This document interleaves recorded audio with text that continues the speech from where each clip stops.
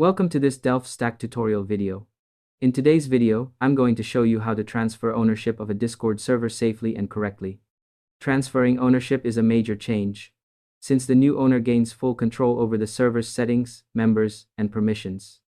That's why it's important to understand the process and take a few precautions before making the switch. Whether you're stepping away from managing a server, handing control to a trusted admin, or reorganizing responsibilities, this simple step-by-step guide will walk you through everything you need to know before making this important change. First, open Discord and go to the server where you're currently the owner.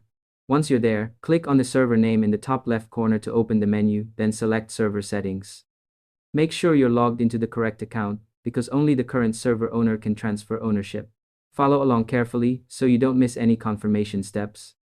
Next, inside Server Settings, look at the left-hand menu and scroll down to the User Management section, then click on Members. Here, you'll see a full list of everyone in your server. Find the member you want to transfer ownership to and take a moment to double-check it's the right person. This step is important because server owners have full control, including the ability to delete the server. To make the process smoother, here are a few quick tips. Make sure the new owner is someone you fully trust, confirm they're active on the server, and ensure you have access to your email for verification. Doing this beforehand can save you time and prevent serious mistakes. Once you've selected the correct member, click the three-dot menu next to their name and choose Transfer Ownership. A warning message will appear, explaining what this action means.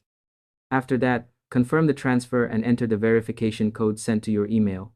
When you submit the code, the ownership transfer will complete instantly without any interruptions. It's also a good idea to check the member list afterward to confirm the crown icon appears next to the new owner's name. This extra step ensures everything went through successfully. And that's all there is to it. By following these simple steps, you'll be able to transfer Discord server ownership easily and efficiently whenever needed. Thanks for watching this Delph Stack tutorial video, and I hope you found it helpful.